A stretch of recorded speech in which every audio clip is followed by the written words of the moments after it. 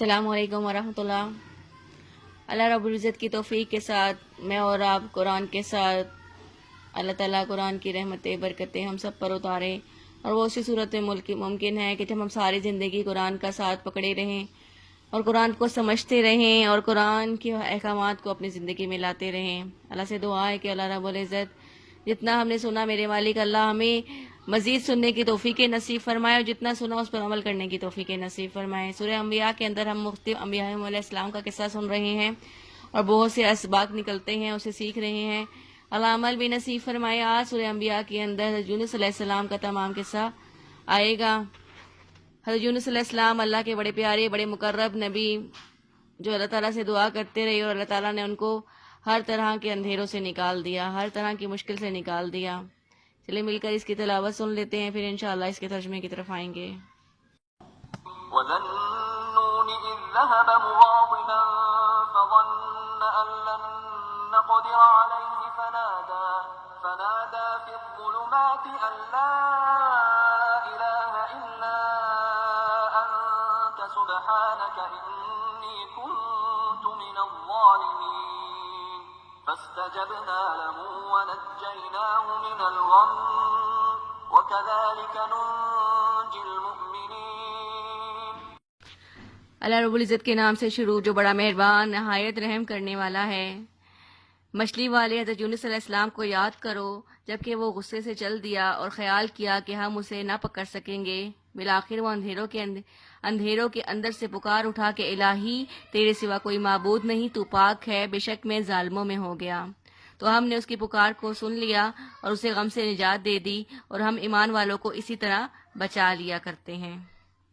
حضرت یونس علیہ السلام اللہ کے پیارے نبی، حضرت یونس علیہ السلام عراق کے علاقے نینوی میں نبی بنا کر بھیجے گئے تھے۔ یہ اشوریوں کا پایا تخت تھا۔ انہوں نے 1,00,000 بنو اسرائیلیوں کو قیدی بنایا ہوا تھا۔ چنانچہ اللہ تعالیٰ نے ان کی ہدایت اور رہنمائی کے لیے ان کی طرف حضرت یونس علیہ السلام کو بھیجا، لیکن یہ قوم آپ پر ایمان نہیں لائی تھی، یہ آپ کی دعوت و تبلیغ سے متاثر نہیں ہو رہی تھی۔ جب یونس علیہ السلام نے دیکھا کہ آپ کی دعوت و تبلیغ سے ان کی قوم متاثر نہیں ہو رہی، تو انہوں نے اپنی قوم میں اعلان کر دیا کہ فلاں فلاں دن پر تم پر عذاب آ جائے گا، اور خود آپ وہاں سے نکل گئے۔ جب عذاب بادلوں کی طرح ان پر امڑ آیا تو وہ ساری قوم اپنے بچوں، عورتوں، یہاں تک کہ جانوروں سمیت ایک میدان میں جمع ہو گئے تھے، اور اللہ رب العزت کی بارگاہ میں عاجزی کے ساتھ، انکساری کے ساتھ توبہ و استغفار کرنا شروع کر دیا تھا۔ اللہ تعالیٰ نے ان کی قوم کی توبہ کو قبول فرما کر ان سے عذاب تو ٹال دیا، لیکن حضرت یونس علیہ السلام جو ہے وہ وہاں سے چل دیے تھے۔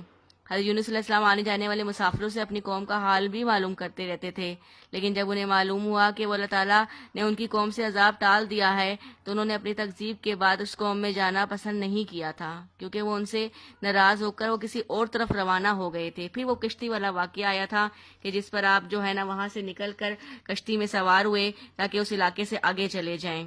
اب یہ حضرت یونس علیہ السلام جو تھے وہ کرتے جا رہے تھے، اور کشتی میں پہنچ کر آپ نے جب کشتی کو دیکھا تو کشتی سامانوں سے بھری ہوئی تھی، کشتی سمندر کے موجوں میں گھری ہوئی تھی اور کھڑی ہوئی تھی، اور اس کا وزن کم کرنے کے لیے مطلب ایک تجویز پیش کی گئی تھی کہ ہماری اس کشتی کے اندر سے کسی ایک انسان کو جو ہے نا وہ سمندر میں پھینک دیا جائے۔ اب کوئی بھی اپنی جان دینے کے لیے تیار ہی نہیں ہو رہا تھا، تو پھر قرآن اندازی کرنی پڑی۔ قرآن اندازی میں یونس علیہ السلام کا نام نکل آیا تھا۔ اب وہ مغلوبین میں سے ہو گئے تھے، تو آپ نے جو ہے وہاں پر سمندر میں چھلانگ لگا دی۔ اللہ تعالیٰ نے ادھر مچھلی کو حکم دیا تھا کہ انہیں ثابت نگل لے۔ یوں یونس علیہ السلام اللہ کے حکم سے مچھلی کے پیٹ میں چلے گئے تھے، اور وہاں پر آپ توبہ استغفار اللہ کی تسبیح کرتے رہے، جیسے یہ آتا ہے کہ انہوں نے کہا، یہ یونس علیہ السلام کی دعا ہے جو آپ وہاں مچھلی کے پیٹ میں کرتے رہے تھے، لا الہ الا انت سبحانک انی کنت من الظالمین۔ روایت میں آتا ہے کہ اگر آپ جو ہے یہ اللہ تعالیٰ کا ذکر وہاں نہ کرتے تو آپ تو کیا کہتے ہیں قیامت تک ہی مچھلی کے پیٹ میں رہتے۔ پھر اللہ تعالیٰ نے چونکہ یہ آزمانا تھا، صرف اللہ تعالیٰ کی ایک آزمائش تھی آپ کے اوپر، جو کہ آپ تو اللہ کے نبی تھے، لیکن آزمائش بھی انبیاء علیہ السلام پر ہی آتی ہیں۔ تو پھر مچھلی نے اللہ تعالیٰ کے حکم سے آپ کو آگے جا کر نکل دیا تھا، اور پھر وہیں پر اسی طرح اللہ تعالیٰ نے ایک بیل کو اگایا تھا، اور اسی کے سائے میں آپ نے سکونت اختیار کی تھی، اور اسی کو کھا کر اللہ تعالیٰ نے آپ کو صحت نصیب فرمائی تھی۔ حضرت یونس علیہ السلام کی دعا کو اللہ تعالیٰ نے قبول کیا۔ اللہ تعالیٰ نے انہیں اندھیروں سے، اب یونس علیہ السلام 3 طرح کے اندھیروں میں گھرے ہوئے تھے، 3 طرح کے، ایک تو پہلے رات کا اندھیرا، پھر سمندر کا اندھیرا، اور پھر مچھلی کے پیٹ کا اندھیرا. لیکن وہاں پر آپ ذکر کرتے رہے، اللہ کو یاد کرتے رہے. اب سبق اس سے کیا حاصل ہوتا ہے؟ سبق ہم نے کیا حاصل کرنا ہے کہ انسان جتنی مرضی مشکلوں کے اندھیرے میں آ جائے، بیماریوں کے اندھیرے میں آ جائے، مصیبتوں کے اندھیرے میں آ جائے، حالات کے اندھیرے میں آ جائے، جس طرح کا بھی اندھیرا ہو زندگی کے اندر، جس طرح کی مشکلات ہو، پریشانیاں ہو، اسی دعا کو کرنے سے رہنے سے، اسی دعا کو کرتے رہنے سے، یا اللہ تعالیٰ سے دعا مانگتے رہنے سے اللہ تعالیٰ ہر طرح کے اندھیروں سے نجات دے لیتے ہیں. اللہ تعالیٰ جو بندہ اللہ سے مانگتا رہتا ہے اور جلدی نہیں مچاتا، اللہ تعالیٰ ضرور اس کو بچا لیتے ہیں. فَاسْتَجَبْنَا لَهُ وَنَجَّيْنَاهُ مِنَ الْغَمِّ وَكَذَلِكَ نُنْجِي الْمُؤْمِنِينَ. تو ہم نے اس کی پکار کو سن لی اور اسے غم سے نجات دے دی. اور ہم ایمان والے کو اس طرح، اللہ تعالیٰ ایمان والے کی آزمائش ضرور کرتے ہیں لیکن اللہ تعالیٰ اس کو تنہا نہیں چھوڑتے.